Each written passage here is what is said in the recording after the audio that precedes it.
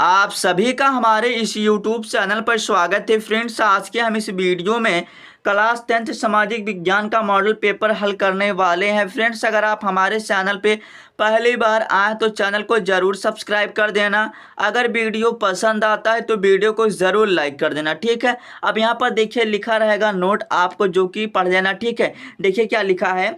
का यह प्रश्न पत्र दो खंडों में बटा है, ठीक है। का और खा में क्या है, विभाजित है। उसके बाद कह रहा कि सेकंड पॉइंट, खंड का के मतलब खंड का में ना 20 बहुविकल्पीय प्रश्न है, ठीक है। उसके बाद जो खंड खा है उसमें क्या हमारा, उसमें वर्णात्मक प्रश्न मतलब आपको वहां पर लिखना पड़ेगा, ठीक है। जो हमारा खंड का है उसमें आपको 20 बहुविकल्पीय प्रश्न मिलेगा और उसको क्या करना, आपको OMR शीट पर ध्यान से भरना है, ठीक है। उसके बाद यहाँ पर देखिए हमारा खंड का स्टार्ट होता तो यहाँ से आपको पहले 20 बहुविकल्पीय दिया जाएगा जो कि आपको OMR शीट पर भरना है, ठीक है। तो फ्रेंड, अगर आप ना लास्ट तक वीडियो को देख लेते हैं तो यहाँ से आपका बहुत ही प्रश्न तैयार हो जाएगा। मतलब 20 प्रश्न है, मतलब जितने सारे प्रश्न हैं बहुत ही ज़्यादा मोस्ट इंपॉर्टेंट प्रश्न है। तो इसलिए आपको क्या करना, वीडियो को लास्ट तक अच्छी तरह से देख लेना, ठीक है। अब यहाँ पर देखिए फ्रेंड्स, मैंने बताया कि अगर 20 बहुविकल्पीय प्रश्न है ना तो एक विकल्प का अगर आप ये विकल्प सही कर देते हैं तो आपको 1 नंबर मिलेगा, ठीक है। तो यहाँ पर देखिए पहला प्रश्न क्या कह रहा है, फ्रांस की क्रांति में मुख्य भूमिका किस वर्ग की थी, ठीक है। मतलब जो फ्रांस की क्रांति हुई थी उस क्रांति में सबसे अधिक जो भूमिका थी किस लोगों ने निभाया था, ठीक है। तो मध्यम वर्ग लोगों ने निभाया था। देखिए फ्रेंड, मैं यहाँ पर ना ऐसे नहीं पढ़ूंगा। ए ऑप्शन कृषक वर्ग की, बी ऑप्शन कुलीन वर्ग, फिर सी ऑप्शन मध्यम वर्ग, फिर डी ऑप्शन मजदूर वर्ग। तो ऐसे पढ़ने से कोई फायदा नहीं है, ठीक है। जो आंसर सही है बस हम उसी को टिक करके आगे बढ़ेंगे, ठीक है। और इससे बारे में जो भी कॉन्सेप्ट रहेगा मैं आपको बताता चलूंगा, ठीक है। अब यहाँ पर देखिए कह रहा है दूसरा प्रश्न, जलियांवाला बाग हत्याकांड मतलब जो जलियांवाला बाग हुआ था वह कब हुआ था, उसकी घटना, ठीक है। वही घटना कब हुआ था। तो यहाँ पर ये जो हुआ था 13 अप्रैल 1919 ईसा को, ठीक है। इस भी ऐसा बोलिए, बस आपको इतना ध्यान रखना कि 13 अप्रैल 1919 को। तो फ्रेंड, जब जितने सारे प्रश्न है ना इस मॉडल पेपर में आपको ना एकदम अच्छी तरह से तैयार कर लेना, ठीक है। अगर आप फ्रेंड्स मेरा बात मानते हैं तो यहाँ से ना अगर 20 बहुविकल्पीय है तो मैं ये नहीं कहूँगा कि 20 बहुविकल्पीय यहीं से मिलेंगे, लेकिन आपको यहाँ से लगभग 4 या 6 मिल सकते हैं, ठीक है। अगर 4 और 6 मिल जाते हैं एक ही वीडियो से तो आपका बहुत ही फायदा होगा, ठीक है।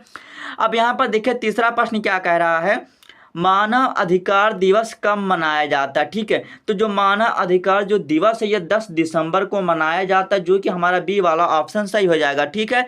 अब देखते हैं चौथा प्रश्न क्या है, संयुक्त राष्ट्र संघ की स्थापना कब हुई थी। तो संयुक्त राष्ट्र संघ की जो स्थापना हुई थी 1945 को, जो कि ए वाला ऑप्शन सही हो जाएगा। और आपको इन सभी प्रश्न को ना एकदम अच्छी तरह से ध्यान भी रखना, ठीक है। अब देखिए पांचवा प्रश्न क्या कह रहा है, निम्न में से किस प्रांत में सीढ़ीदार खेती की जाती है। देखिए जो सीढ़ीदार खेती होता है ना वो उतरने के लिए किया जाता है। जो सीढ़ीदार खेती होता है मतलब वो नीचे उतरने के लिए किया जाता है। तो उत्तराखंड कहाँ है, ये हमारा डी वाला ऑप्शन सही हो जाएगा। आप इस तरह ध्यान रखेंगे तो आप कभी नहीं भूलेंगे, जो कि हमारा डी वाला ऑप्शन सही हो जाएगा, ठीक है।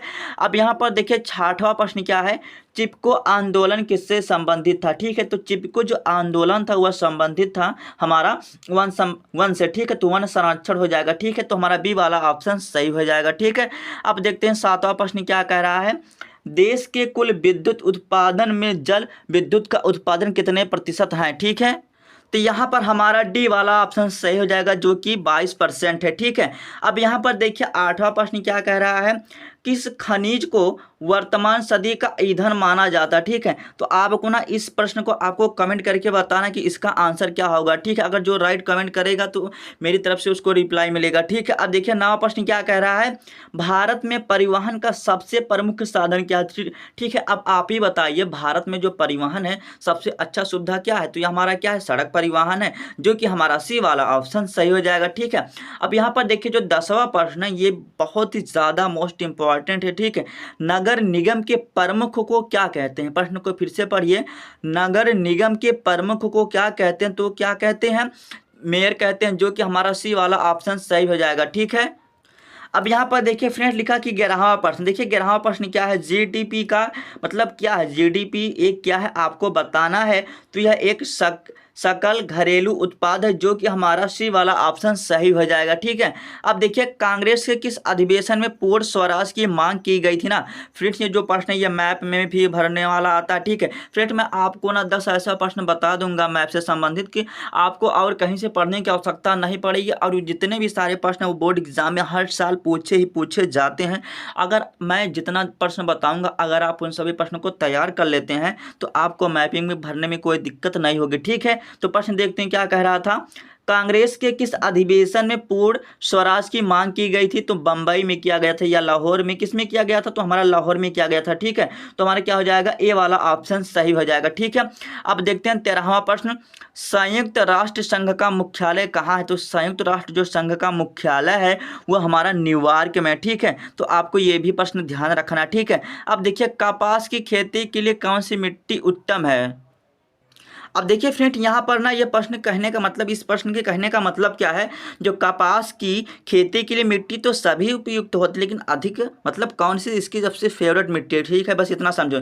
देखिए जो कपास की खेती के लिए सबसे अधिक अगर मिट्टी बोली जाए तो हमारा क्या हो जाएगी, हमारा काली मिट्टी हो जाएगा। ठीक है, देखिए यहाँ पर आप ध्यान रखना, का से हमारा कपास, का से हमारा काली हो जाएगा। ठीक है, तो आप ध्यान रखना कि कपास की खेती के लिए अगर सबसे अच्छी मृदा की बात होगी तो हमारी काली मिट्टी की, जो कि हमारा ए वाला ऑप्शन सही हो जाएगा। ठीक है, अब देखते हैं यहाँ पर ये जो 15वां प्रश्न ना, इतना ज़्यादा मोस्ट इंपॉर्टेंट, इतना ज़्यादा ना, ये कई बोर्डों में पूछा जा चुका है, जो कि आपको इसको तैयार कर लेना। ठीक है, देखिए आर्थिक महामंदी का प्रारंभ किस वर्ष हुआ था। ठीक है, तो आपको इस प्रश्न को ना ध्यान रखना 1929 ईस्वी को, जो कि हमारा बी वाला ऑप्शन सही हो जाएगा। ठीक है, अब यहाँ पर देखिए जो 16वां प्रश्न क्या कह रहा है, जर्मनी के एकीकरण की आधारशिला किसने तैयार किया था। देखिए अगर आपसे जर्मनी से पूछे तो आप क्या लगाएंगे, बिस्मार्क वो लगाएंगे, मतलब बिस्मार्क हो जाएगा। ठीक है, अगर आपसे फ्रांस से पूछे तो आप नेपोलियन लगाएंगे। ठीक है, अगर आपसे जर्मनी पूछे तो आप हिटलर पर लगाएंगे। ठीक है, अगर कहीं इटली का पूछ लिया तो आप, अगर इटली का पूछेगा तो आप आटवान बिस्मार्क लगाएंगे। ठीक है, देखिए फ्रेंड्स मैं यहाँ से आपका 4-5 विकल्प बता दिया, जो कि हमारा एक ही विकल्प से। ठीक है, अब देखते हैं आगे का प्रश्न। अब यहाँ पर देखिए भारत एक है, तो भारत एक क्या है, कृषि प्रधान देश है, जो कि हमारा ए वाला ऑप्शन सही हो जाएगा। ठीक है, अब देखते हैं 18वां प्रश्न क्या है, भारत के संविधान में कितने अनुच्छेद हैं, जो कि आपको ध्यान रखना, 395 अनुच्छेद है, 22 भाग हैं और 12 अनुसूचियां, जो कि आपको ये भी ध्यान रखना। ठीक है, अब देखिए यहाँ पर हमारा 19वां प्रश्न क्या है, भूमि कैसा संसाधन है। ठीक है, तो भूमि हमारा जो है प्राकृतिक संसाधन, मतलब ये हमारा ईश्वर के द्वारा बनाया गया, मतलब ये हमारा नेचुरली है। ठीक है, तो ये हमारा ए ऑप्शन सही हो जाएगा, जो कि क्या है, प्राकृतिक। अब यहाँ पर देखिए 20वां प्रश्न क्या कह रहा है, निम्न में कौन सा संभावी संसाधन। देखिए फ्रेंड इस संभावी का ना कहने का हम अर्थ समझ ले। देखिए संभावी क्या होता है, जैसे हमारा पास कोई संसाधन है तो उसके हम भविष्य के लिए प्रयोग नहीं करते, जिससे हमारा मतलब जो भी पर्यावरण उस पर नुकसान ना हो। ठीक है, तो यहाँ पर हमारा क्या हो जाएगा, पवन ऊर्जा है, जो कि हम इसका उपयोग ज़्यादा नहीं करते हैं। ठीक है, पवन ऊर्जा, जो कि हमारा क्या हो जाएगा, बी वाला ऑप्शन सही हो जाएगा। ठीक है, यहाँ पर अगर देखें ना तो हमारा कोयला भी हो जाएगा। ठीक है, लेकिन आपको पवन ऊर्जा ही लगाना। ठीक है, अब यहाँ पर देखिए खंड बा स्टार्ट होता है, यहाँ से आपको कॉपी में लिखना पड़ेगा, जो कि आपको 50 नंबर दिया जाएगा। ठीक है, अब यहाँ पर देखिए ना लघु उत्तरीय प्रश्न आपको पहले मिलेगा। ठीक है, यहाँ पर देखिए प्रश्न क्या कह रहा है कि सत्ता की साझेदारी क्या है, लोकतंत्र में इसका महत्व बताइए। देखिए फ्रेंड ना आपको ना इन सभी प्रश्नों को अच्छी तरह से करना है। ठीक है, देखिए सत्ता का साझेदारी मतलब, सत्ता मतलब देखिए पावर होता, पावर को अलग अलग भाग में बांटना क्यों आवश्यक होता। देखिए अगर मान लीजिए जैसे हमारा क्या है सत्ता, अगर मान लीजिए हमारे से पावर है, अगर ये हमारा सत्ता केवल प्रधानमंत्री की, अगर प्रधानमंत्री के हाथ में होता तो अपने इच्छा अनुसार जो चाहते हुए करते, और इससे संविधान में बहुत ही बुरा असर पड़ता। तो आपको प्रश्न को समझ में आ चुका कि सत्ता की साझेदारी मतलब सत्ता को यानी पावर को अलग अलग भाग में अगर बांटेंगे तो हमारा जो देश होगा, राज्य होगा, गांव होगा, जो भी हमारा सिटी होगा, मतलब जो कस्बा होगा, बहुत ही अच्छी तरह से चलेगा। इसलिए सत्ता को अलग भाग में बांटना हमारा संभव हो जाता है। ठीक है, अगर हम पावर को अलग अलग भाग में बांट देंगे तो हमारा जो भी देश रहेगा बहुत ही अच्छी तरह से चलेगा, ठीक है। इसीलिए यहाँ पर आपको कहा गया कि लोकतंत्र में इसका महत्व बताइए। तो बस इसमें है क्या, बस आपको प्रश्न को ना देखिए फ्रेंड, आपको एक बात और, प्रश्न को रट के नहीं बल्कि समझ के जाना, ठीक है। यहाँ से आपको 4 नंबर मिलेगा। अगर आप ये नहीं कर पाते हैं ना तो आपको ये कर देना कि भारत छोड़ो आंदोलन के मतलब किन्हीं 3 करोड़ों का आपका उल्लेख करना, ठीक है। उसके बाद यहाँ से देखिए हमारा दूसरा प्रश्न क्या है, जलोढ़ मृदा की विशेषता बताना है। यहाँ से आपको 4 नंबर मिलेगा। अथवा अगर आप ये नहीं कर पाते हैं कि जलोढ़ मृदा की अगर विशेषता आप नहीं बता पाते हैं तो आप मृदा जो है अपरदन बता देना, ठीक है। मृदा अपरदन मतलब जो मिट्टी जैसे है, मिट्टी का जो ऊपरी परत हट जाता है वही क्या होता है, अपरदन कहलाता है। तो ये सब ना आपको बेसिक पता होगा जो कि आप क्लास 8 मतलब 7th में पढ़ते आ रहे हैं, ठीक है। उसके बाद देखिए यहाँ पर जो तीसरा प्रश्न क्या कह रहा है, भारत में जाति प्रथा की राजनीतिक एवं समाज पर क्या प्रभाव पड़ता। आपको यहाँ से 4 नंबर मिलेगा। ये जो प्रश्न है ना, अगर आप इस प्रश्न को समझे ना तो इस प्रश्न में कुछ है नहीं। देखिए, भारत में जाति प्रथा की राजनीतिक एवं समाज पर क्या प्रभाव है, तो ये ना बहुत ही बुरा प्रभाव पड़ता है, ठीक है। अगर जाति के हिसाब से देखें ना तो जात के देखते हैं आजकल बहुत ही ज़्यादा मारपीट होता है बस जात की वजह से, ठीक है। तो यहाँ पर अगर आप इसको नहीं कर पाते हैं तो यहाँ पर अथवा करके दिया है कि सविनय अवज्ञा आंदोलन कब हुआ, इसमें क्या मांगे की गई थी, ठीक है। तो यहाँ पर जो इरविन था, मतलब इरविन ने जो महात्मा गांधी ने खत लिखा था इरविन को, ठीक है। तो वहाँ पर जब महात्मा गांधी की बात को मना कर दिया था तो यहीं पर हमारा सविनय अवज्ञा आंदोलन स्टार्ट हो गया था। बस आपको यही सब कर देना, ठीक है। उसके बाद यहाँ से देखिए हमारा क्या है, चौथा प्रश्न है, संगठित तथा असंगठित क्षेत्र में आपको अंतर बताना है, जो कि आपको यहाँ से 4 नंबर मिलेगा। अगर आप नहीं कर पाते हैं तो यहाँ पर आपको द्वितीय विश्व युद्ध कब हुआ था, इसके परिणाम क्या निकले, आपको ये बता देना, ठीक है। अब इतना करने के देखिए फ्रेंड, ये जो प्रश्न है ना आपको बोर्ड एग्जाम में सेम पैटर्न पर एकदम ऐसे ही मिलेगा, ठीक है। ये मत सोचना कि एकदम अलग मिलेगा, सेम आपको वैसा ही मिलेगा, ठीक है। अब यहाँ पर देखिए क्या है, दीर्घ उत्तरीय प्रश्न। तो देखिए 5वां प्रश्न क्या है, जर्मनी एकीकरण के बारे में संक्षिप्त में आपको बताना, ठीक है। तो आपको जर्मनी की एकीकरण के बारे में आपको संक्षिप्त में बताना, ठीक है। फ्रेंड आप इन सभी प्रश्नों को करना, अगर आप नहीं कर पाते आप तो कमेंट करना, मैं इसका जो है ना हल जरूर करा दूंगा, ठीक है। तो देखिए आपको यहाँ से 6 नंबर मिलेगा। देखिए आपको पहले 4 नंबर मिल रहा था ना लघु में, ऐसे हमारा दीर्घ तो बिल्कुल नंबर बढ़ेगा। उसके बाद अथवा अगर आप ये नहीं कर पाते हैं तो इटली के एकीकरण की प्रक्रिया को संक्षेप में आपको लिखना। देखिए फ्रेंड ना मैं आपको बता दूं ना, ये जो जर्मनी का एकीकरण है और इटली का एकीकरण इतना महत्वपूर्ण है, इतना महत्वपूर्ण है ना, ये आप फ्रेंड देखेंगे ना हमारा जो 7 सेट बनता ना, हर सेट में ना किसी सेट में आया हमेशा मिलेगा, आएगा या मिलेगा, जो भी रहेगा ना, बस आप जर्मनी का एकीकरण और इटली का एकीकरण आपको तैयार करके जाना, ठीक है।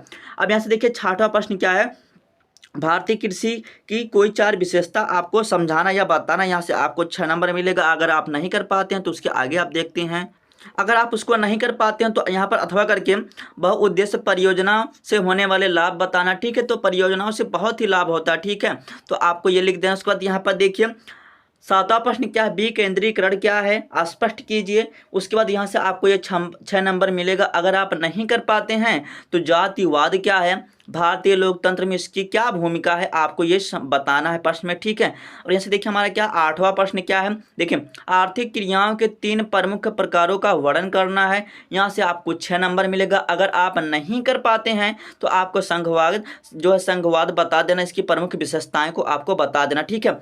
अब यहाँ पर देखिए जो मानचित्र कार्य है, देखिए फ्रेंड्स में आपको ना चैनल को सब्सक्राइब करके रखना। अगर आप चैनल को सब्सक्राइब करके रखते फ्रेंड ना, मैं आपको 10 ऐसा प्रश्न बताऊंगा जो कि आपको ना बहुत ही हेल्प होगा मैप भरने में, और इतना ज़्यादा मोस्ट इंपॉर्टेंट है, वो हर साल पूछे जाते हैं, ठीक है। अब यहाँ पर देखिए आपको यहाँ पर देखिए क्या करना, मानचित्र में भरना, बस आप इतना समझो, ठीक है। तो देखिए पहला प्रश्न क्या है, वह स्थान जहाँ जलियांवाला बाग हत्याकांड हुआ था। अब देखिए जो फ्रेंड्स हैं ये बहुत से बच्चे भूल जाते हैं, हमारा अमृतसर में हुआ था कि पंजाब में हुआ था कि उत्तर प्रदेश में हुआ था। मैं यहाँ पर आपको एक ट्रिक बताने वाला हूँ, ठीक है। अब यहाँ पर देखिए जो जल होता है क्या होता है, जल जो हमारा होता है अमृत होता है, ठीक है। जल जो होता है हमारा अमृत होता है फ्रेंड। अगर आप इस तरह ध्यान रखेंगे ना तो आप कभी नहीं भूलेंगे, ठीक है। तो वह स्थान जहाँ जलियांवाला बाग हत्याकांड हुआ था मतलब अमृतसर में, ठीक है।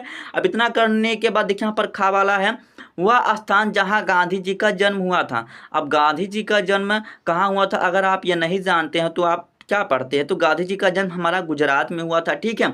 अब देखिए जितना पूछा जाए उतना का आप जवाब देना, ठीक है। अब यहाँ पर देखिए तीसरा प्रश्न क्या है, वह स्थान जहां भारतीय राष्ट्रीय कांग्रेस की स्थापना हुई थी। देखिए जो वह स्थान है ना हमारा मुंबई हुआ था, ठीक है, मुंबई में हुआ था, ठीक है, जो 72 मतलब सदस्य थे, 72 प्रतिनिधि थे, ठीक है। तो यहाँ पर आपको ध्यान रखना है मुंबई में हुआ था, ठीक है। अब देखिए हमारा चौथा प्रश्न क्या है, वह स्थान जहां भारत ने परमाणु विस्फोट किए थे, मतलब विस्फोट किए गए थे, मतलब उसका परीक्षण किया गया था एक हिसाब से, ठीक है।